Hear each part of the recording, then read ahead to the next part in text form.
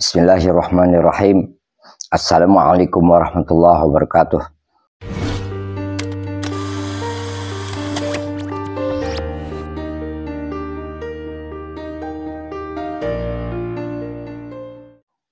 Alhamdulillahirabbil alamin. Wassalatu wassalamu ala asyrafil mursalin. Amma ba'du. Fa ya ibadallah, usikum wa ya nafsi bi taqwallah. Faqad fazal muttaqun. Ma'asyiral muslimin wal muslimat rahimakumullah. Di dalam kesempatan ini saya ingin menyampaikan satu buah ayat yang berbunyi A'udzubillahi minasyaitonir rajim. Wa ma khalaqtul jinna wal insa illa liya'budun.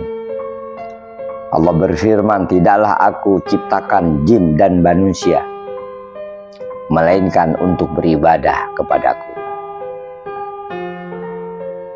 Di dalam ayat ini bahwa bukan saja manusia yang diperintahkan untuk beribadah, melainkan jin pun termasuk makhluk atau hamba-hamba Allah yang diperintahkan untuk beribadah kepadanya. Jin yang taat, maka dia tetap mendapatkan ridho dari Allah Subhanahu wa Ta'ala.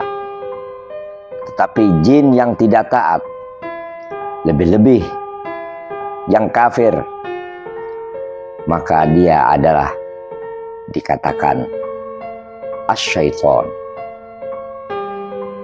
Asyaiton berasal dari kata-kata syaitona, yaitu jauh dari rahmat Allah. Di dalam kesempatan ini saya ingin menyampaikan langkah-langkah setan.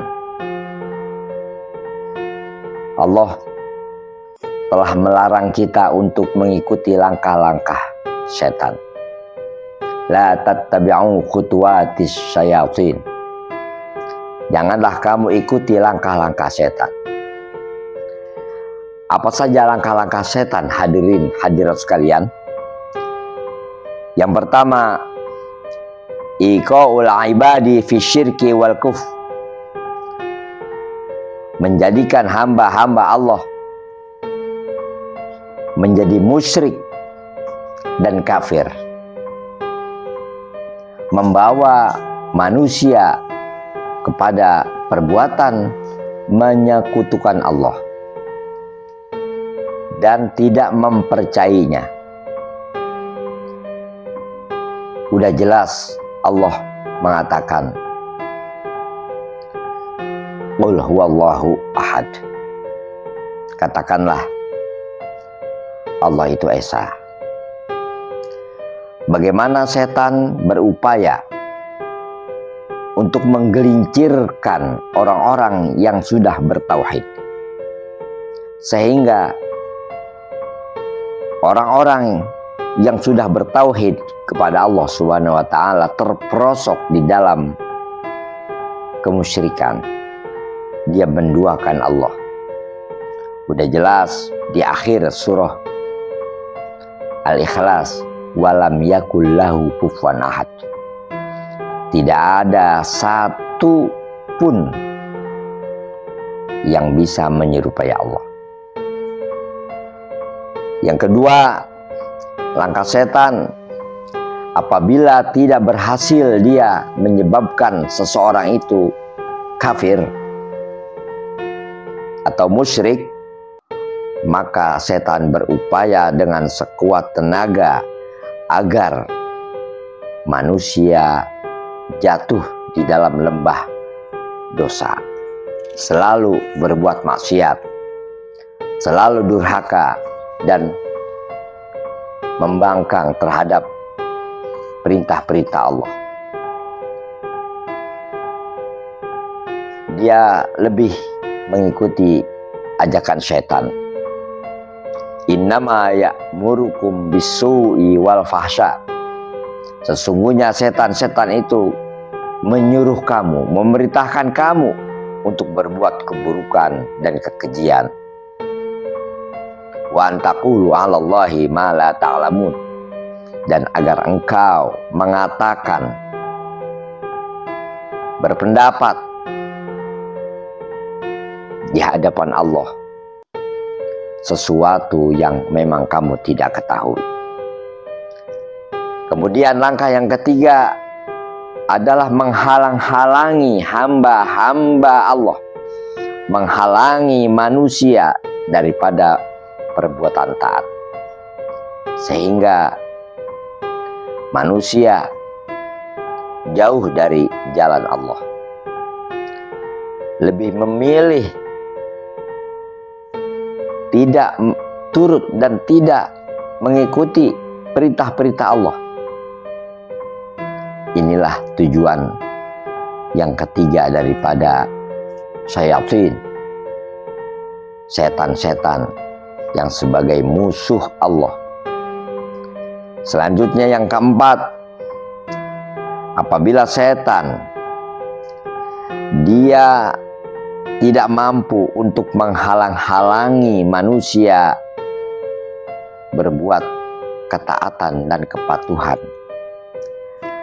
maka setan dia akan berupaya untuk merusak ibadahnya.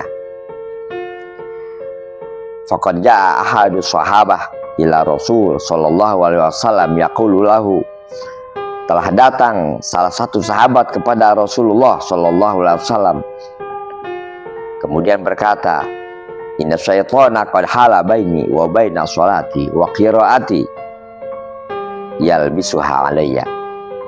Sesungguhnya setan telah menggangguku ketika aku melaksanakan sholat, ketika aku membaca, setan menggangguku. Itulah hadirin sekalian, langkah-langkah setan. Segala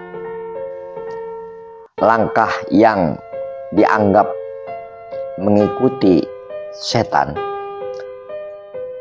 atau patuh dengan setan, itu adalah satu pembangkangan kepada Allah Subhanahu wa Ta'ala.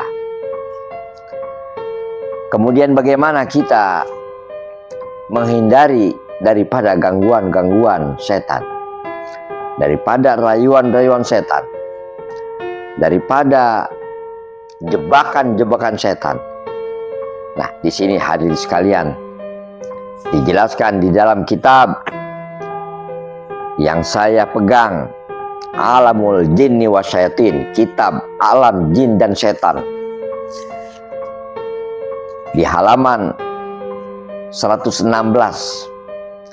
menjelaskan tentang bagaimana kita mempersenjatai diri kita untuk menghadapi setan. Yang pertama, al-iltizamu bil kitab wa sunnah. Hendaknya kita berpegang teguh dengan Al-Quran dan sunnah. Kita harus taat kepada Allah, taat kepada Rasulullah Sallallahu Alaihi Wasallam, menjalankan syariat-syariat Allah. Inilah hadirin sekalian yang akan menghalang-halangi langkah-langkah setan. Ya ayyuhalladzina amanu dkhulu fi silmi kafah wa la tattabi'u khutuwatis syaitan. Wahai orang-orang yang beriman, laksanakanlah ajaran-ajaran Islam semuanya dan jangan kamu ikuti langkah-langkah setan. Innahu lakum adu mubin, karena sesungguhnya setan itu bagi kamu adalah musuh yang nyata. Ketika seseorang itu bertakwa kepada Allah Subhanahu wa Ta'ala, dia dekat kepada Allah Subhanahu wa Ta'ala, maka setan akan menghindar. Kenapa? Karena dia takut kepada Allah. Dia bukan takut kepada kita hakikatnya, tetapi dia takut kepada yang maha besar, takut kepada yang maha kuasa, itulah Allah Subhanahu wa Ta'ala. Langkah kedua, al-iltija'u ilallah wal ihtima'u bih. Kita berlindung kepada Allah, kita bersandar diri kepada Allah Subhanahu wa Ta'ala. Allah telah mengatakan, telah memerintahkan agar kita bersandar kepadanya. Wa qur rabbi a'udzubika min hamazati syayatin wa a'udzubika rabbi ayahdurun. Hai Muhammad, katakanlah, Tuhanku, aku berlindung kepada kamu daripada gangguan-gangguan setan, dan aku berlindung kepadamu, wahai Tuhanku, dari kehadiran mereka di hadapanku. Kemudian langkah yang ketiga adalah kita hendaknya memperbanyak zikir kepada Allah Subhanahu wa Ta'ala. Dengan kita memperbanyak zikir, selalu ingat kepada Allah Subhanahu wa Ta'ala, maka setan akan terhalang untuk mengganggu kita.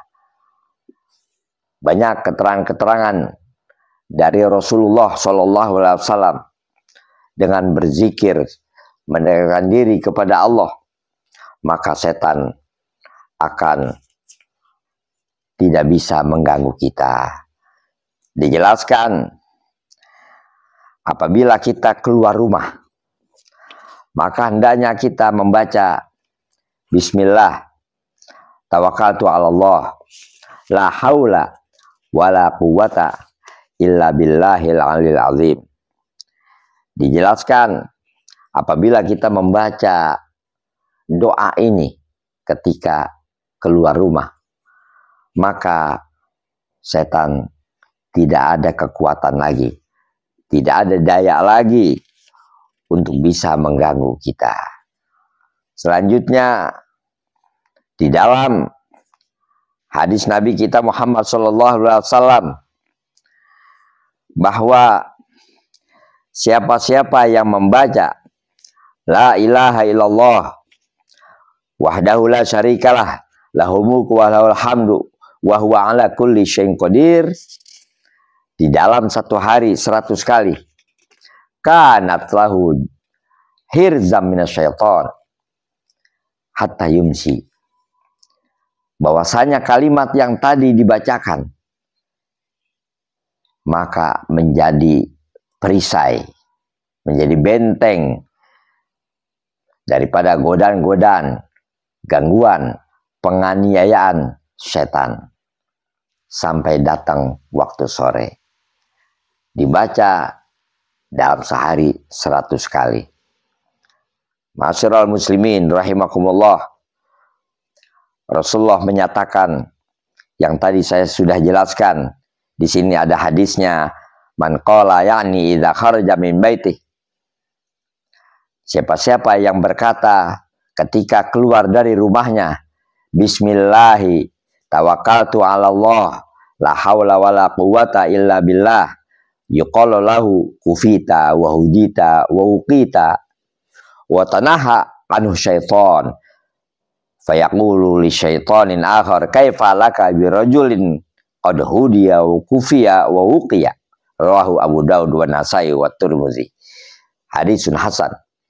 Dijelaskan, siapa-siapa yang mengatakan ketika keluar bismillah tawakkaltu 'ala Allah, la haula wala quwwata illa billah, maka dikatakan kepadanya, kufita, engkau dijaga, wahudita, engkau diberikan petunjuk, wauqita, engkau dipelihara, watanahana syaiton, kemudian setan pergi dan lari, tidak mau mendekat.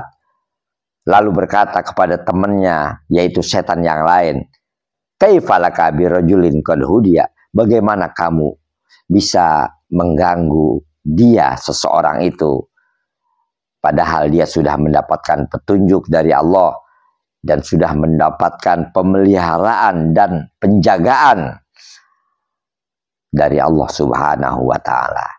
Oleh sebab itu, kita hendaknya selalu memperbanyak zikir. Sesungguhnya zikir itu hakikatnya adalah tajam. Semua zikir tajam. Semua kalimat-kalimat thayyibah itu tajam bagaikan pedang. Tergantung siapa yang megang zikir tersebut dan pedang tersebut. Ketika yang megang zikir dan pedang tersebut adalah orang yang kuat, maka siapapun takut. Setan akan lari terbirit-birit, tidak berani melawan orang yang mempunyai ketakwaan, yang megang zikir tersebut. Tetapi apabila yang membaca zikir tersebut ketakwaannya rendah, dia selalu bermaksiat kepada Allah Subhanahu wa taala, maka bagaikan anak kecil umur 4 tahun memegang pedang menghadapi jawara. Nah, tentu bagaimanapun tajamnya itu pedang, tidak akan bisa mengalahkan jawara. Demikianlah hadirin sekalian yang saya sampaikan. Mudah-mudahan bermanfaat.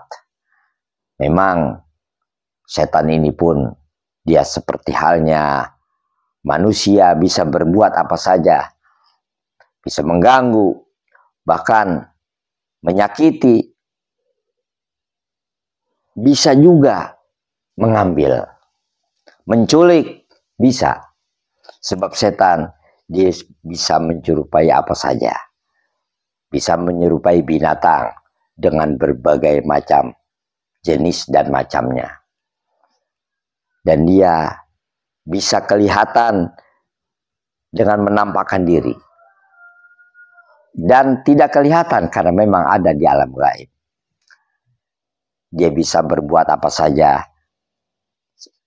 sesuai yang mereka inginkan. Begitulah pandangan saya tentang keberadaan jin dan setan. Mudah-mudahan kita dapat dihindari dari gangguan-gangguan setan, dan kita bisa menjauhi langkah-langkah setan sehingga kita selamat di dunia dan di akhirat. Wallahul muwaffiq ila aqwamit thoriq. Assalamualaikum warahmatullahi wabarakatuh.